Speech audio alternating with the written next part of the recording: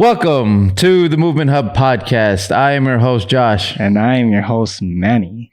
And we are here to give you unsolicited, unhinged advice, all things fitness, current events, politics, astrology. We are here to give you all that information that you should probably know about. So, Manny, how was your trip? You were away last week, so we took the week off. Mm-hmm. How was that for you? We went to Guatemala and we went to this city called Antigua.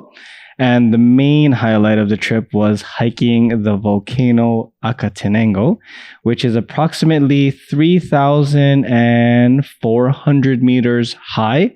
What is that in American units? That's a lot, honestly. I've fact checker Hailey. Okay. Yeah, what's it? 3,000. How many? 3,400 meters. How many Honda Civics is that? So in feet. We do it in feet here in America, right? It is 11,154.86 feet. Right. So we hiked it, I think at the base was 1,000 meters high. So we climbed approximately 2,000 meters up to the base camp to see the volcano that erupts every 15, 30 minutes to an hour, night and day. Now, as a native Hawaiian, how does this volcano Yeah, it's a volcano rank amongst other volcanoes that you know of? I can only really rank this volcano to two of them in the Philippines because those are the ones that I lived and experienced when I was younger. And in Hawaii, not much because none of the volcanoes on Oahu is active but if on the other islands they are, I would say this ranks number one. Number one. If you've seen it with your own two eyes at night erupting with all the lava in the air and then it just flows on top of that volcano, incredible experience. Really puts things into perspective, doesn't it? So you didn't get scared one bit? We were far enough, but we did hike close to it. And I would probably say if we're doing avenues in New York City, we were probably like 2 to 3 avenues away from the actual volcano. Wow. Oh, wow. And that was quite scary because at night you see an enormous eruption and it almost seems like it reaches that point where we were hanging out. So dangerous. Yeah. Could have been that scene from Volcano with Tommy Lee Jones. Mm-hmm. But the one thing I wanted to highlight was seeing everybody climb up that mountain, that volcano. And I think that unless you've experienced a hike like this, climbing at an incline of, let's say, 20 degrees on a treadmill, because you know how you can go like 1 degree, 2 degrees, normally up to like, I believe 15. Yeah. Imagine that at like anywhere from 30 to 60 degrees. Wow. That was probably the angle of most of the trip. As soon as you think that you're done, you probably have a lot more to go. And I want to just highlight again with that, at the fitness level of you actually climbing up that volcano, you have to have some kind of training under your belt. And if you didn't, you probably would have given up, walk right back down, you would say? I think that when you are on that hike, it's either you think you can do it and you're maybe like an hour in. At that point, there's no really turning back because you're in a group and you just keep on trekking your way up there and you probably are behind an hour or two. That's totally fine. But climbing up that whole thing is a serious deal. In your group, were there people who are not in good enough shape to keep up? I would say there were a couple people. So they were a little behind from the group and they had to stay with their own guide and came maybe like an hour and a half later, but still made it up. But yeah, I would probably equate this to going on a half marathon. It's achievable. It's going to take quite some time if you haven't trained for it, but it's totally not impossible. Conversely, if you did like a full marathon with no training, I think it's almost impossible to make it at the end without breaking yourself. Well, what a segue into your half marathon this weekend. Oh, let's go. So it will be my first half marathon. All right. Nice. Officially, because I ran a 13-mile run last week just to test it out. Oh, so you already did a half marathon in training for your half marathon. Yes. I wanted to see if I could compare my numbers on race day versus training day. Okay. Probably not the best idea because, you burn out your legs. But I'm taking the next few days to rest and do little mileage before my half marathon. So, well, best of luck to you. Yeah, thank good you. luck, Manny. Thank you. Brooklyn, right? Brooklyn half marathon. I have some brunch spots if you need to And it get is your calories back up after. and it is Brooklyn, so some parts you might have to run faster in Because it's Brooklyn. Oh yeah, because you get robbed on the side or something. Wow, that's what Manny insurance. just hiked for a volcano. I don't know which is more fear-inducing. That's true. Well, good. Yeah, it was good training, I will say. Very functional. That lava.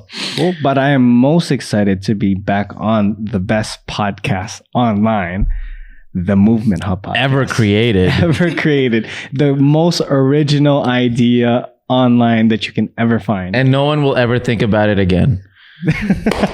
Way to promote our podcast. And if you do, we'll sue your ass. Ooh. So what's on the agenda for today? So agenda, this was a thought that I've had while climbing up this volcano and also leading up to the half marathon. That materials while hiking. Make sure that's a tax write-off. There you go. Ooh.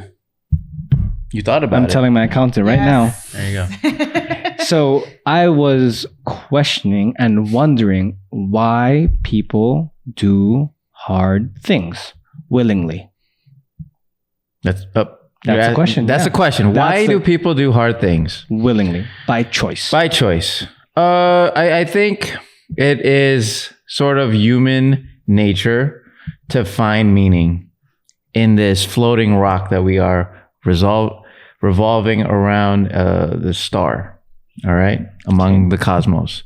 And in that, we try to figure out what is what. Why are we here? So let's just do some things along the way. And you don't really want an easy life, do you? No, not really. I feel like that's rhetorical. I think in some people theory, do. yes. A lot of people do. Mhm. You know. I think it goes back to one of our topics before of fragility and being anti-fragile, right? Mhm. It's like when you are, let's just use an hypothetical, you are made out of steel, and how can you make that steel more robust? You put it through stress, put it through the fire, lava, put it through a very high heat, and then you let it simmer down and it becomes even stronger. I do feel there is a fear of the unknown, of the future of our lives, and the fact that we are unable to predict where we're going to be. So I'm just going to take a shot at it and say that people choose to do things so they sort of become more resistant to the rigors of life. That I know I have people in the gym that always constantly have to do something. They have to sign up for a jiu-jitsu tournament. They have to sign up for a high rocks. They can't just sit still. And these are my favorite types of people. The people that are just constantly looking for action on the go, can't sit still, and looking for that next mountain to climb. And I think that those are fun people. I think those are fun people. So Manny's a fun person because he literally climbed a mountain. You climb a mountain, you travel, you go places.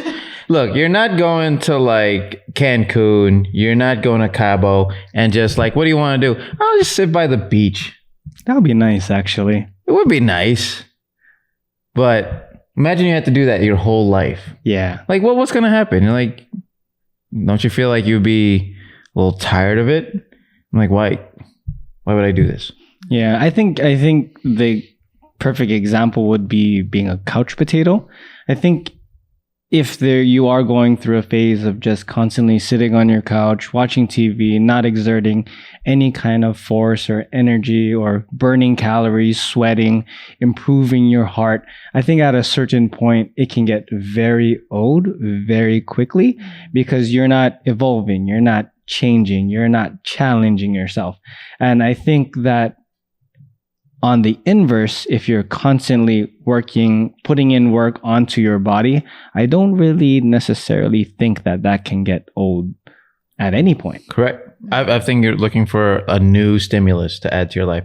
If you look at all these rich folks that have like multi-billion-dollar companies, they're always doing these side quests. Like, you know, does Mark Zuckerberg have to do jujitsu? You know what I mean? You know what I mean? Elon is trying to have a track, like a rail system to go on Mars. You know, they're always like trying to find something to do.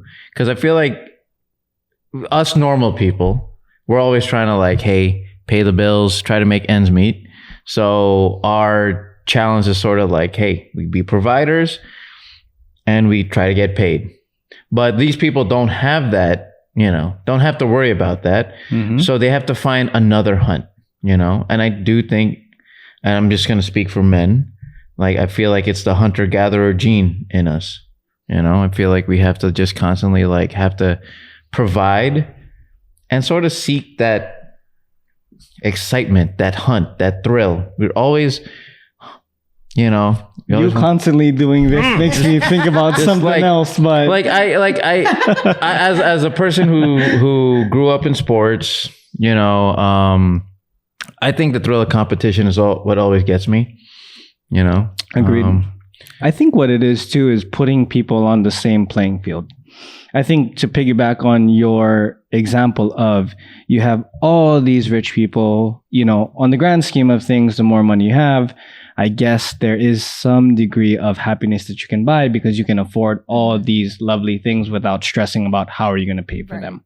Experiences. Exactly. Yeah. But I think on the same level or playing field of all of us starting from scratch when it comes to our own strengths and capabilities of putting in hard work to do all these different activities, it doesn't matter if you're a billionaire.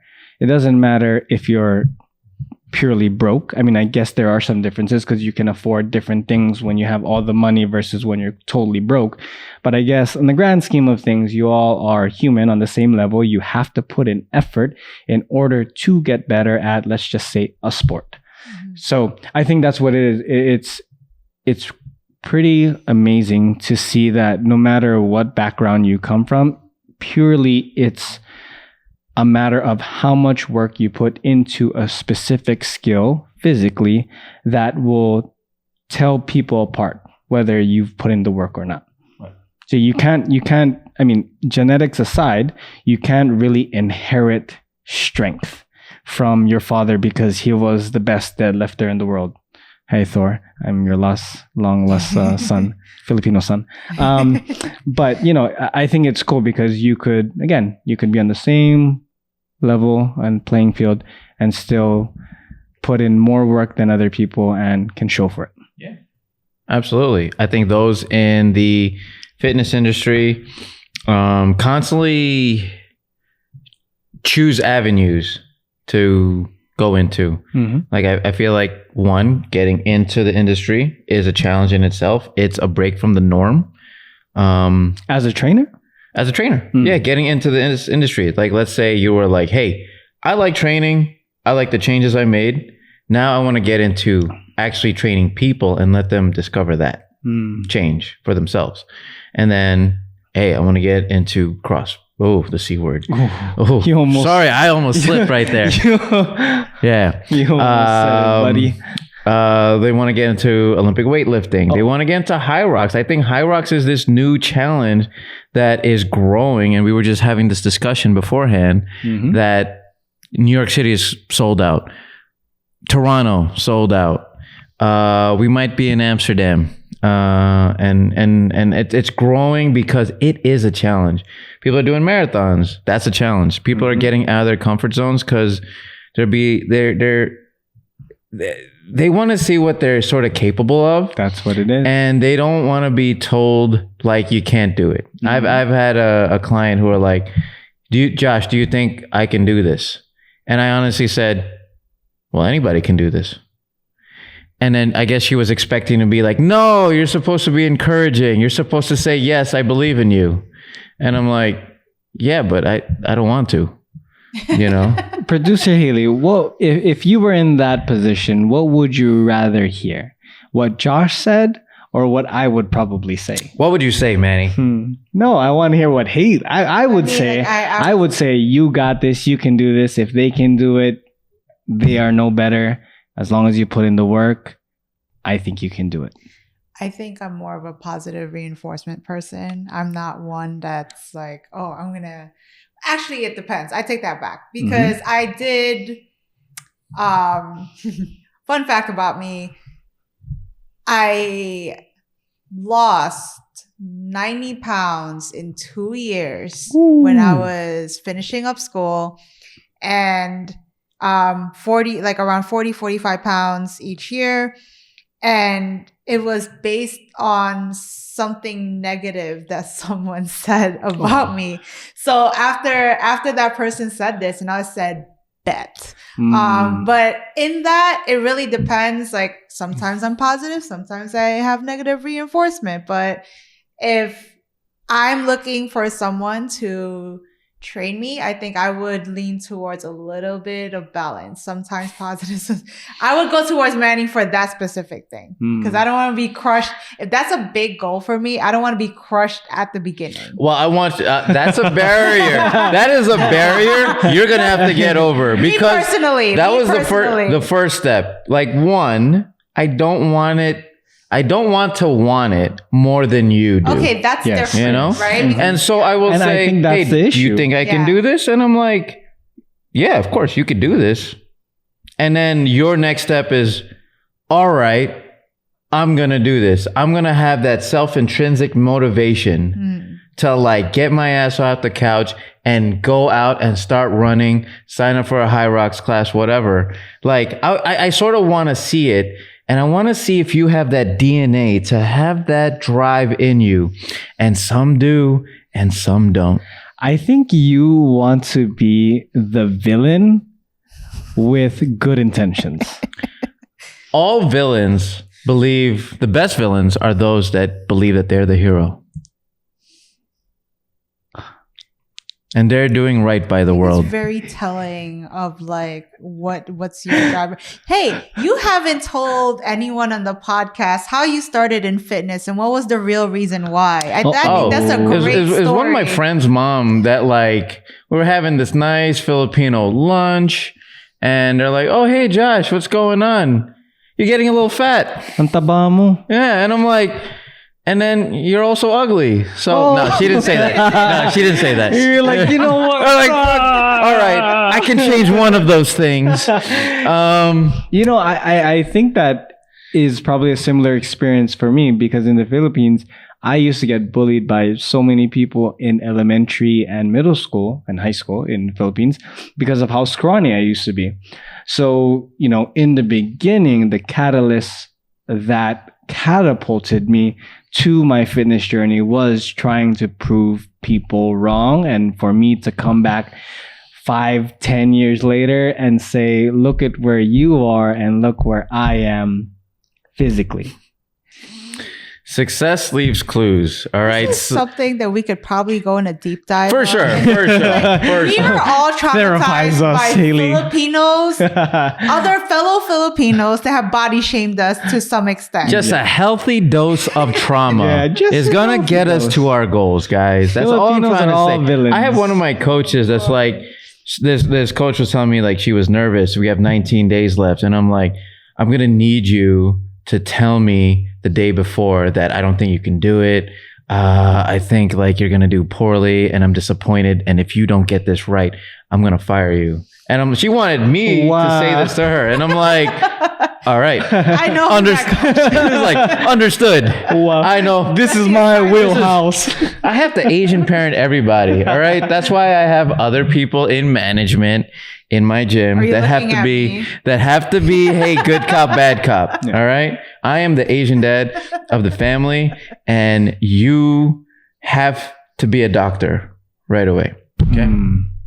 I think there is a healthy balance of the two that's needed when it comes to motivation for somebody to, go through their fitness journey, because I believe that if you purely have all the kind words and happy motivation. You can't coddle. Yes, and I think I truly believe that is probably one of my weaknesses when it comes to training, because I do let a lot of people slide when it comes to their fitness goals. You're gentle parenting is what you're doing. So maybe sometimes like I throw an elbow, Yeah. to the head sometimes, be like, toughen up, buttercup. Yeah, get it. Get it together. I throw sledgehammers, There you but go. not in a demeaning way. I do it in there's some people tell me, like, when Josh teaches class, it's like I don't want to disappoint him, because it's sort of like he's judging me. One, I'm probably not looking, and two, yes, You probably are. I am judging. So That's literally why, like, anytime I go do a workout, or if I do like a fitness workshop, like I did a barbell one recently, that I was like, if I don't get this, and I know the instructor is friends with Josh, I don't want to bring shame to this house. That is the thing that's going into which I don't try to do, but this is one thing that's funny. And like, I've gone to these strong first certifications, and it's, sometimes it can get a little culty. And some people are like, a lot of hey, organizations. and they're sort of like, hey, when you do that, you try to do it as if Pavel's watching you. And I'm like, Jesus Christ, man. Like Chairman Mao is like, we can't disappoint him, and it's just very interesting the way it does it. But for a lot of those, they feel like even though the person's not there, it feels like there's a crack of the whip if people are not watching. Yeah. Soviets make for the best weightlifters. I do believe in what you're saying, because I have my own experience when it comes to training these past 2.5 years myself. There was a good period of around 8 to 9 months of me just working out in an empty gym. And God, my strength plummeted. And I truly believe it's because, one, my inner ego had nobody to show to people of how strong I was. So there was no reason for me to push the most amount of weight I was actually capable of. Conversely, you put me in a busy gym with other people who are really going, and I perform. I remember this one time I was like just casually coming into the gym, just wanted to have a good upper body day, and a group of these 5 dudes, like ridiculously jacked, probably all sub 200 to 250 pounds, and they were like shoulder pressing what I can incline bench press, like around 80 pounds. And that just fired me up. And for no reason, I PR'd that day in a long time. And I think it's just the energy, wanting to show up. For some people, wanting to show up for themselves, but also trying to show out for other people. Which is, I get that point, and I don't mind it. And sometimes a good coach will sort of manipulate that in a ways where if I have 2 very strong, very close athletes, like I listen to Louis Simmons stories in West Side. Like, hey, somebody's like, oh yeah, well, what's your squat? Squat 770. 770. I have a girl that just did 5 reps of 750 the other day. What are you gonna do that's gonna impress me? And that just like either he breaks you down, or you come back and show up the next day. I'm like, all right, well, if that's the standard here, here's where I gotta like prove my worth. It's like a little unhealthy but healthy competition. Yeah, it depends on people's like what's their drive for self-efficacy. Like it really, you have to know the person individually to see what drives them, because that might absolutely destroy them and they will never walk into the gym again. Correct. Or they come the next day and they will PR. I have one of those coaches. That I'm training to get a good placement for the high rocks, and this person has been coming like 2.5 months consistently, right? One of my best students. And then I have someone who just shows up here and there. Once a week will show up and just like running past her. And like she's unable to catch up. And I was like, wow, I got my ass handed today. But this is good. I needed this. I needed to get wrecked. And I'm like, yes, you do. Yes, you do. And I will bring this person next time. All right. And like it just, you have to know your athletes. You have to know the person. You don't want to like create more trauma that's past that line of overstepping. So, like I said, you just need a healthy dose of trauma. That's the making of a good trainer. A minimal effective dose of trauma is what's going to get your athletes to perform and exceed. So I guess you could say that people who were born in the 80s, 90s, who were hit by broomsticks and chanclas in the Philippines and chinelas are probably a little bit more robust than the newer generation. Oh, yeah. Especially these millennial parents that are gentle parenting their kids. Soft.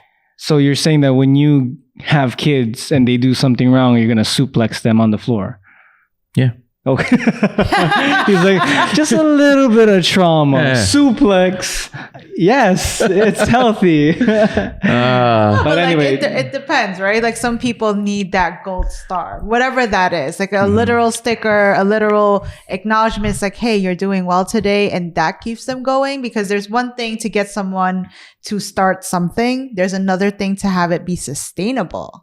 And you have to know how to mitigate which to use, like negative or positive reinforcement. And you again, I can't reiterate this enough. Not everybody is, you can't give them a cookie cutter program. You got to train each person individually, and you sort of have to know them, and you have to know their triggers, and you have to know what really gets them fired up. And this is why you don't automate training and coaching to something. Yeah. Why don't you guys hire a real coach? People. Come on, guys. So here's a question that just popped up in my head. Shoot. When you're being pushed to your absolute limit and you're trying to dig down really deep into the core of your soul to finish something that you really want to perform well on, what do you tell yourself? And I'll answer that question first. Oh, let's hear it. Let's hear it, these Manny. questions. I love these questions that you just came up with. All right. I want to answer. Great question, Manny. Let's hear what you have to say. 1, this too shall pass, because most pain is temporary. Most, not all, is temporary. And then 2, I say, fuck this shit. Let's do it. And I clap. And I always find like a little piece of energy. And I've been experiencing that with my runs. When I know for a fact that 10 more steps, I'm going to hit the empty, I'm going to hit the E. And I just say one time, it's like, fuck this shit. Let's do this. Clap my hands. And automatically I get like a quarter tank more. You need to talk to yourself a little bit. And Vince Lombardi had a great coach that, he said that, what's it called? Fatigue makes cowards of us all. And Joe Rogan will say that there's an inner bitch in all of us that wants us to, whenever we're doing something, there is a voice, and I hear it all the time. I hear it every time I train. It wants you to stop. The body's telling you to stop, and you really got to persevere. And you have to break through that wall. Because once you break through that wall, it's smooth sailing. And I know in long runs that I've done in training for the High Rocks that it's just the first mile or two that you hear it. And it is loud. It's like, oh my God, this sucks. Why am I doing this? But then once you get through that, it's sort of like you're on autopilot. A little bit. But even in training, in kettlebell stuff, in the snatch test, there is a voice, there is a thing that tells you, drop the weight, you don't have to do this. And you honestly just got to break through that. And that is good training. Sometimes like because I have my tita that gave me that, because you had that person that said what they said to you before, those are the biggest figures in your life in fitness, because that is the voice that will also pop up in your head, that image in your head, and you're just like, I'm just gonna push on through because I don't want to prove them right. You know, is it healthy? No, but does the body good? Done. It does the job done. And honestly, when it comes to training, what matters most is to get the job done. No one cares how you feel. Keep going. Oh, I think that's... Can I piggyback ride? Sure. So me, like thinking I have some sort of experience now. No, I'm kidding. So I took, while Manny was on vacation, can I say the brand? Yeah, that's fine. Yeah. I took a Strong First workshop. Ooh. So we did some barbell work. And for me, it's a learning experience as far as like in the fitness industry and learning what RPE means. And what I thought, and this is something that I talked to Josh about, is what I think is difficult. Like if I get to a sticking point, like for example, I was doing a military press with a barbell, and there's a point where I think I can't take this lift. Like there's a point where I'm like, I don't think this is too heavy. But here are two coaches telling me, you're at a scale from 1 to 10, you can go, this is a 5. In my brain, I thought this is my max. This is the heaviest that I've gone. I gave myself like maybe a 7 or 8 where I could probably push through for 2 reps. And I think for me, talking about what you guys are, on this topic, that perception of, okay, if I can do this or not is different from what coaches see too. Correct. So that's what I think, like, I will piggyback to say that you do need some sort of outside guidance to push you sometimes. People that have been experienced too, and strength training, powerlifting is it's the biggest example of it, because if they don't know what their limits are, they think like, like this weight was my 10 out of 10. And somebody said, that looks like a 4 out of 10. Like it went up smoothly. But they don't know what that next level is. They have to break through those barriers to see what the human body is capable of. As Dan John will say, there's a max, and then there's a max, which is a once in a lifetime lift. If you ever watch the Olympics and watch Hidalgo Diaz from the Philippines win the gold medal to beat the Chinese, like that lift was she'll never hit that again. I already know that lift to qualify, that clean and jerk to qualify for gold was remarkable. I say it's on YouTube. Look it up. Watch the whole thing too. Don't just watch the highlights of her lifts. Watch the whole thing. It might have been 2 hours or whatever, and see the attempts and the back and forth between the Chinese lifter. And that number, she was nowhere close in the following competitions that year or since then.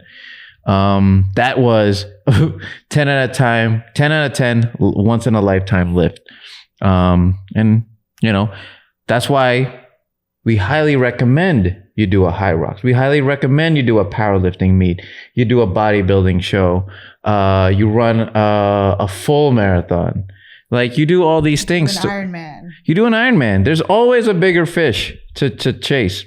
So like, try these things. I mean, it's the most wonderful thing. Like people who just constantly strive to seek what the human body is capable of. It's what Aristotle has been saying this whole time. Socrates, sorry, not Aristotle. Socrates. Whoa. Sorry, wrong. Get them wrong. Wrong Greek guy. Edit. Yeah. They're not all the same. Don't get that Greek philosophy wrong. Don't get that Greek smoke. Okay. Yeah, seriously.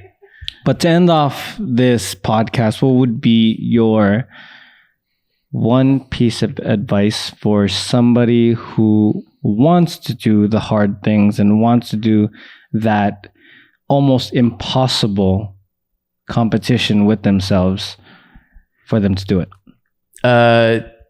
Put the work in, sign up for something, have some self-accountability to sign for something, and that's going to hold you accountable to do the training beforehand. Okay? And then in the training, you're going to learn so much about yourselves. And then this is where the obstacles come in. And this is where you'll be like, you're going to have to not listen to your doubts, your fears, things that are going to break you down in the training process. You're just going to have to break through that. And in doing so, you become a different person. Nice. Nice. Cool. Manny? Yeah, I think I agree with you with just sign up for that event.